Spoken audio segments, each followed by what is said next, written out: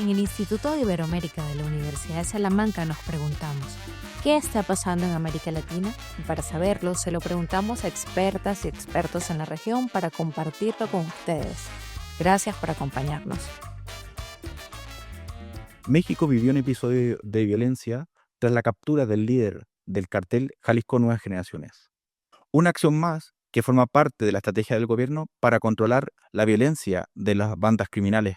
Sin embargo, si miramos los resultados de acciones similares, podemos ver que no siempre logran el objetivo deseado. En este episodio nos preguntamos, ¿por qué persiste la violencia en México? Para responder a esta pregunta, hemos invitado a Catalina Pérez Correa y a Karina García Reyes. Soy Nicolás Miranda, investigador del Instituto de Iberoamérica y profesor del área de Ciencia Política de la Universidad de Salamanca. Gracias por acompañarnos. Para comenzar, Catalina nos explica el contexto en el cual surge este acontecimiento. Creo que es importante poner en contexto lo que hoy está sucediendo porque estamos por cumplir este año, 2026, se cumplen 20 años de la guerra contra las drogas. En el 2006, el presidente de entonces, Felipe Calderón, lanzó lo que entonces llamó la guerra contra las drogas, que consistió en básicamente dos cuestiones. La primera tenía que ver con el arresto o eliminación, porque muchas veces hubo ejecuciones abiertamente, de objetivos prioritarios. Había una lista de personas que tenían que ser detenidas, eliminadas. Eso por un lado, y por otro lado, el despliegue masivo de militares por todo el país. Y eso empezó con el operativo Michoacán, en el que se mandó al estado de Michoacán a más de 1,000 soldados. También se mandaron al norte del país, hacia Ciudad Juárez, Tijuana, Durango. Hubo el operativo Chihuahua. Y esto que hizo fue dos cosas. Una, se generó muchísima violencia por estos dos objetivos o estas dos estrategias que se siguieron por dos razones. La primera es la estrategia específica de detener objetivos prioritarios. Lo que ha hecho es atomizar a las bandas de delincuencia organizada. Cuando empezó la guerra contra las drogas teníamos una decena de organizaciones criminales operando en México. Hoy tenemos casi 400. Es decir, cada vez que hay uno de estos operativos en el cual se detiene a uno de los líderes, lo que hace es se fragmentan las organizaciones y empieza una pugna de dos formas. La primera es desde dentro de las organizaciones empieza a haber pleitos para ver quién encabeza estas organizaciones, y por otro lado, organizaciones externas que ven este vacío y empiezan a tratar de pugnar operativos militares que hubo y el despliegue militar. Lo que llevó fue a distintas cosas. Una es la escalada de violencia, porque empezaron a haber muchos enfrentamientos abiertos en los cuales el ejército, nosotros esto lo documentamos en el Centro de Investigación y Docencia Económicas, el Instituto de Investigaciones Jurídicas. Hicimos estos estudios sobre las formas en las que se usaba la fuerza letal y la estaba usando el ejército y después la Policía Federal, y lo que empezamos a ver es que pues básicamente aumentó el poder del ejército, el poder letal del ejército, y salían con resultados que en realidad lo que estaban señalando es que había una política de ejecuciones sumarias. La letalidad que estaban utilizando en ese tiempo no era propia de un contexto de Estado de Derecho, sino de guerra, ¿no? Incluso comparado con casos como las guerras que se han vivido en otros países, eran altísimos los índices de letalidad. Y esto llevó a que los grupos de delincuencia organizada se armaran en el mismo poder. Y entonces ahora vimos este operativo contra el cártel Jalisco Nueva Generación. Lo que vemos son estas imágenes de tanques bélicos, bazucas, armamento poderosísimo que tienen. Bueno, esto no existía hace 20 años. Esto fue resultado de esta política de militarizar, en el cual pues hubo una carrera armamentista no solo entre las bandas de delincuencia organizada, que como decía se fueron dividiendo, sino también para hacerle frente al ejército. Lo que hoy tenemos en México no es solamente casi 400 grupos de delincuencia organizada que están operando, que vimos el domingo, que fue la captura del Mencho y de otras personas que son los líderes del cártel Jalisco Nueva Generación. Después de su captura, lo que vimos es la capacidad que tiene uno de los cárteles de movilizar al personal por todo el país. Hubo incidentes, bloqueos de carreteras, quemas de automóviles, quemas de autobuses, quemas de comercios en todo el país. Pudieron ver fue la capacidad que tienen no solo de movilizar personal, sino su presencia en más de la mitad del país y la capacidad que tienen de paralizar al país. Uno de los elementos que suele sorprender es la alta capacidad que tienen las organizaciones criminales de generar violencia. Hemos pedido a Karina García Reyes que nos explique cómo se ha ido construyendo este poder. En cuanto a la capacidad operativa, los cárteles mexicanos Lo que yo te puedo señalar desde mi investigación es que algo que pocas veces se menciona, tal vez en las noticias o en la conversación coloquial, es que esa capacidad de fuego que tienen viene precisamente de Estados Unidos. Esto es algo que ya se ha mencionado, yo diría que hasta la saturación en la academia, y que yo creo que hace 5 o 6 años en el gobierno de López Obrador, en algún punto hubo justo una petición por parte del gobierno de México oficial a Estados Unidos, en términos de que ellos también reconocieran que el tráfico de armas de Estados Unidos hacia México es un factor muy importante precisamente en que los grupos de crimen organizado en México tengan tanta capacidad para responder y atacar no solamente a la sociedad civil, sino evidentemente también al Estado mexicano. Entonces, en ese sentido, a mí me gustaría que pusiéramos sobre la mesa el tema del tráfico de armas, y que Estados Unidos, a pesar de que ya hay múltiples estudios académicos, no solamente mexicanos, estadounidenses, que están diciendo justo esto es lo que sostiene e incrementa la violencia en México. Otro factor importante que creo que hay que incluir en la conversación es precisamente la cuestión financiera, el negocio, o los negocios más bien, que ya están muy diversificados. Eso se ha mencionado también mucho, que ya no solamente es tráfico de drogas, sobre todo el cártel Jalisco Nueva Generación. Incluso hay comentaristas que mencionan que ya incluso las drogas ya era uno más de los negocios. Los negocios se diversificaron, incluyendo tráfico de personas, huachicoleo, que es el robo de combustible, extorsión, tanto a sociedad civil como a gobiernos locales. Es decir, se extendió el portafolio de actividades de este cártel, y la mayoría de los grupos de crimen organizado grandes en México ya han diversificado mucho su portafolio. Entonces, pongo estos dos temas, la parte del tráfico de armas desde Estados Unidos y la parte del lavado de dinero, que también tienen que entenderse desde una óptica global. Es decir, los verdaderos líderes, los verdaderos capos del crimen organizado en general,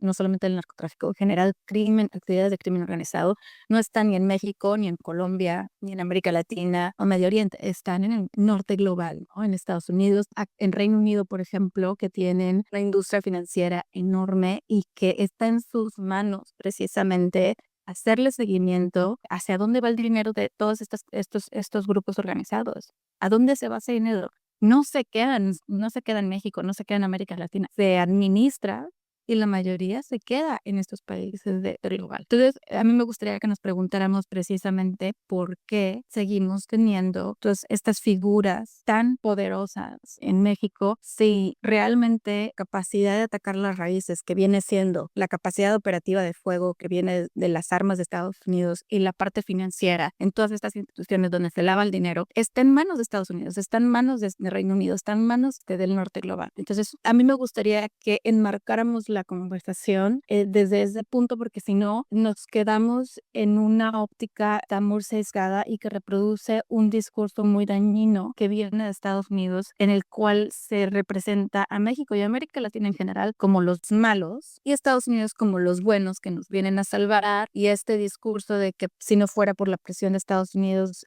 no se hubiera dado este operativo, que si no fuera por la presión de Estados Unidos o la inteligencia de Estados Unidos, no se hubiera podido aprender al mencho. Entonces, no es que no sea cierto, vaya. A lo que voy es que creo que es muy dañino seguir reproduciendo esos discursos, porque esta conversación que estoy teniendo contigo la hemos tenido desde hace 15 años en México y desde hace 30 en Colombia. Estamos ya a un punto en que ya no hay más que decir, porque ya hay suficientes estudios desde la sociología, desde la ciencia política, desde la antropología, desde la economía, desde la criminología. Ya tenemos suficientemente evidencia. Incluso aquí en Reino Unido hay mucha evidencia ya desde la neurociencia, desde la farmacología, que están tratando de hacer conciencia de que incluso algunas drogas, como por ejemplo cannabis, los famosos hongos, los psicodélicos, no son tan dañinos para el consumo personal como para la sociedad, para daños a terceros, como por ejemplo el alcohol y el tabaco. Entonces, te menciono todo esto porque creo que es importante que cuestionemos el origen de esta guerra y los efectos tan dañinos que tenemos en nuestras sociedades en América Latina. En México se han ensayado distintas formas de combatir a las organizaciones criminales. Sin embargo, a la vista de los resultados, parece que ninguna de ellas ha tenido éxito. Hemos pedido a Catalina Pérez Correa que nos explique ¿Por qué fracasan las políticas de gobierno? No somos un país esencialmente consumidores, tenemos un problema de consumo, pero no en las dimensiones que tiene, por ejemplo, Estados Unidos. Somos un país de tránsito, de producción, y eso, mucho de lo que aquí se produce llega a Estados Unidos, ¿no? En este caso específico, con la llegada del presidente Trump, acuérdense que además no solamente fue la captura del Mencho el domingo, sino esta semana también se cumplió un año de que en Estados Unidos se declararan como grupos de delincuencia terroristas o como esta categoría de terroristas a varias de los cárteles mexicanos y también en otras partes de América Latina. Ha habido una enorme presión de Estados Unidos para que se detengan a las personas, de nuevo, estos objetivos prioritarios, a los líderes, pero también hay un problemón porque la delincuencia organizada en México no solamente participan delincuentes, sino también hay una enorme red de autoridades. El Cártel Jalisco Nueva Generación, del cual era el líder de Chapo Guzmán, participan, le pagan a policías, alcaldes, a miembros del ejército, todo esto está documentado. Entonces, no solamente se trata de una red de delincuencia organizada, los delincuentes contra el Estado, sino una complicidad y redes que se tejen y en el cual participan ambos, ¿no? Yo creo que también es importante entender que esto ya no es solamente un tema de narcotráfico. Con la expansión de los grupos de delincuencia organizada, también se expandieron los negocios. Ya no solamente se trata de sustancias ilícitas. El Cártel Jalisco Nueva Generación tiene negocios de minería ilegal, hacen extracción de minerales en el país, tienen tala clandestina, secuestro de personas, se dedican a la migración que llega hasta Estados Unidos, también extorsionan, secuestro de personas, en fin, tienen una enorme cantidad de negocios ilícitos, participan de distinta manera en los mercados ilícitos y entonces, bueno, es bien preocupante porque lo único que se está haciendo con esta estrategia, y ahí trato de responder esta pregunta de por qué no ha funcionado esta estrategia. Bueno, lleva años haciendo exactamente la misma estrategia, pero no se tocan todos estos mercados ilícitos y todas las redes que permiten los mercados ilícitos y los negocios ilícitos. Entonces, lo único que se hace es, se quita líder de estas organizaciones, pero se deja abierta la posibilidad de continuar con los negocios y eso lo que termina haciendo es, pues, que otras personas llenan eso, pero además lo hacen a través de la violencia, ¿no? Porque pues no son reglas establecidas, lo único que hay es el control a través de la violencia y eso es lo que estamos viendo, lo vimos en Sinaloa con la detención del Chapo Guzmán, llevamos 20 años viéndolo desde que inició la guerra contra las drogas y lo más seguro es que ahora, después de la muerte del Mencho y de otro de los líderes del Cártel Jalisco Nueva Generación, lo que vamos a ver es más violencia para controlar todos estos mercados alrededor del país. A ver, yo creo que hay distintas alternativas para tratar de detener lo que ha sucedido y volver a la normalidad constitucional y de Estado de Derecho que debería tener este país, ¿no? Pero cada una de las estrategias es distintas. A ver, hay unas que sí son generales, por ejemplo, seguir los dineros, ¿no? No hay un seguimiento de los dineros, dónde está llegando todo el dinero, pero son negocios multimillonarios. ¿A dónde se va todo este dinero desde México a Estados Unidos? Participan también en Estados Unidos y es importante hacer el seguimiento del dinero para saber quiénes están implicados en todas estas redes, ¿no? No se puede simplemente detener a alguien y pensar que con eso va a acabar el negocio, se tiene que seguir el dinero. Específicamente, por ejemplo, en el tema de las drogas, pues hay muchos modelos de regulación. Hoy estamos en un modelo de regulación llamado prohibición, que es muy malo. Lo que hace es mandar a la ilicitud todo el consumo de sustancias, producción, transporte, etcétera, ¿no? Tendría que haber, y en eso hemos trabajado mucho, distintos modelos de regulación para cada sustancia, para que el Estado pueda tomar control de esos mercados, de ese enorme mercado ilícito y lo pueda hacer a través de los mecanismos ordinarios del Estado y no solamente a través del ejército y de la violencia como ahora lo ha estado haciendo y lo ha estado haciendo todos estos últimos años con terribles consecuencias, no solo para la sociedad, para la salud de la población, pero también para justo la demanda de Estados Unidos, que es los usuarios que están por un problema de consumo. En los otros casos, por ejemplo, en el caso de la extorsión, de las minerías, de la tala clandestina, pues tendría que haber distintas estrategias y uno de los problemas que tenemos es que hoy tenemos una estrategia que es una sola estrategia para todos los problemas. Militarizar, mandar operativos y esos funcionan como ejércitos de ocupación que llegan a los lugares, se asientan ahí, pero no se ocupan de todas estas sutilezas de cómo funciona cada uno de los problemas de seguridad pública, seguridad ciudadana que estamos viviendo y pues terminan además por mermar las posibilidades, las capacidades de las instituciones de seguridad civiles. A ver, creo que también es relevante el tema de la participación de Estados Unidos en esto. Desde siempre ha habido, o sea, vamos, la prohibición lleva más de 100 años y ha habido una presión desde Estados Unidos hacia México para detener la producción, venta, comercio y la exportación de sustancias ilícitas, originalmente de la amapola, con la heroína específicamente, que se plantaba aquí en México. Éramos uno de los principales productores de amapola ilegal en el mundo y también de cannabis, ¿no? Ahora ese mercado se ha diversificado, que también es uno de los efectos de la prohibición. Se prohíbe la cannabis y entonces empiezan a surgir otras sustancias que son más fáciles de producir y de transportar. Lo mismo ha sucedido en el caso de la heroína. Se prohíbe la heroína, hay una presión para que se detenga la heroína y aparecen sustancias mucho más peligrosas como el fentanilo, ¿no? Para finalizar, hemos pedido a Karina García Reyes que nos haga un ejercicio de perspectiva y nos explique las derivadas que puede tener este acontecimiento. Yo creo que el escenario más probable es que va a haber evidentemente un reacomodo, ¿no? Un reacomodo en términos de liderazgos, en términos de repartir lo que dejó el Mencho. Pero más allá de quién se queda con qué, creo que, insisto, hay que aprender de la historia reciente de nuestro país. En su momento, por ejemplo, cuando encarcelan y extraditan a Joaquín El Chapo Guzmán, líder entonces del cártel de Sinaloa, se decía, bueno, ¿y ahora qué va a pasar? Bueno, pues quedó el Mayo. Bueno, ya agarraron al Mayo, ¿qué va a pasar? Bueno, pues está el Mencho con el cártel Jalisco Nueva Generación. Y si nos vamos para atrás, para el principio de los 2090, tenemos nombres de similar peso. Lo que sigue o lo que podemos esperar en México es que va a haber reacomodo. Los más afectados, como siempre, van a ser los grupos más vulnerables. ¿Quiénes son los grupos más vulnerables? Evidentemente las personas que vienen de comunidades, regiones más marginales, más empobrecidas, los jóvenes están más expuestos al reclutamiento y al reclutamiento forzado, los negocios locales que van a seguir siendo víctimas de extorsión, del llamado cobro de piso por parte de los grupos del crimen organizado.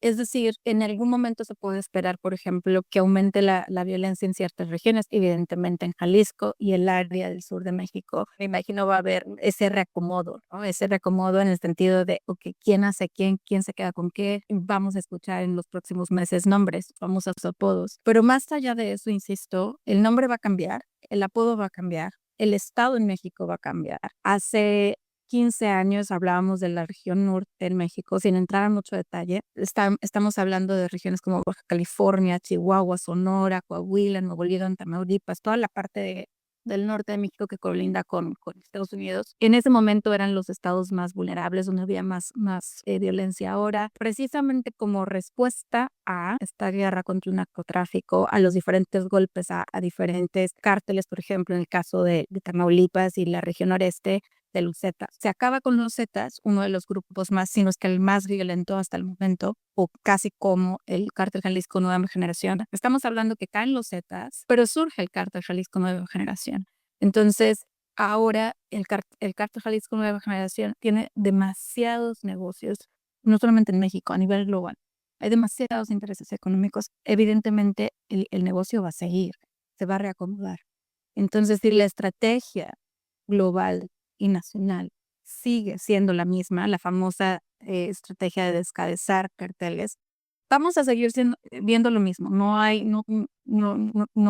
considero que tenga, desde mi punto de vista, tanta relevancia en meternos en detalles de quién se va a quedar con qué o a dónde se van a ir los carteles, porque son muy flexibles. Creo que esa es la gran lección que hemos aprendido en todos estos años. Los grupos del crimen organizado son muy flexibles, y otro punto importante aquí que sí se menciona actualmente, que es la corrupción, ¿no?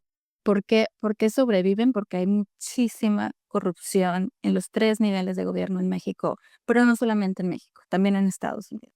Y eso siempre lo recalco, porque creo que es nuestra responsabilidad desde la academia precisamente salirnos de ese discurso que nos posiciona en una posición, valga la redundancia, justamente vulnerable, de que necesitamos, que justifique esa intervención de Estados Unidos y que tanto Trump nos ha amenazado. Para terminar, nada más comentarte que las cosas van a seguir igual. El otro posible escenario, y que a mí desde mi punto de vista sería el más eficiente, el más efectivo, es cuestionar la estrategia, legalizar, regular las drogas en México, que México tome una postura más crítica. Lamentablemente, esto no es en este momento factible, no es realista, estoy consciente de eso, porque tenemos a un presidente en Estados Unidos sumamente impredecible y sumamente predecible en el sentido de que no apoyaría, no respetaría la soberanía de México en estos temas. Pero un escenario más allá de lo que ya estamos acostumbrados, lamentablemente ahorita no es realista. La respuesta de Sheinbaum ante justamente la violencia en el narcotráfico, creo que en este momento es incluso más,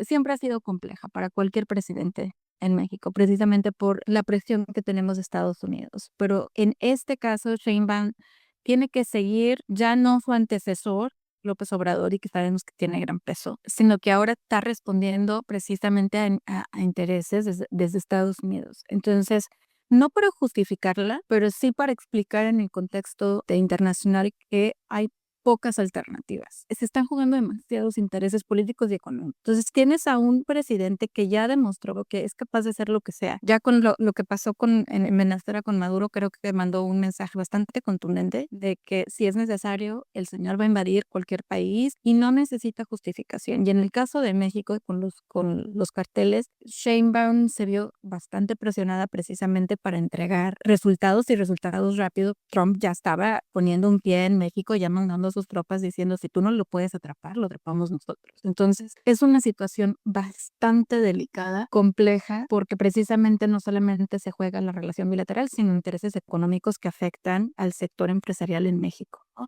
Y lamentablemente esto viene de precisamente la dependencia que tenemos con el Tratado de Libre Comercio con Estados Unidos y Canadá. Y insisto, hay poca, sino es que nula capacidad de que Sheinbaum responda de diferente manera. Entonces, como yo leo la situación ahorita, creo que Sheinbaum lo que está haciendo es precisamente minimizar más bien las diferencias o el potencial roce con Estados Unidos.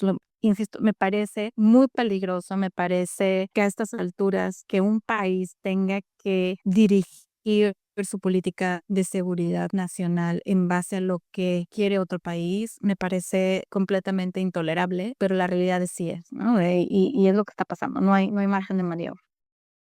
Muchas gracias a nuestras invitadas, Catalina Pérez Correa y Karina García Reyes, por acompañarnos en este nuevo episodio de ¿Qué está pasando? Gracias por escucharnos.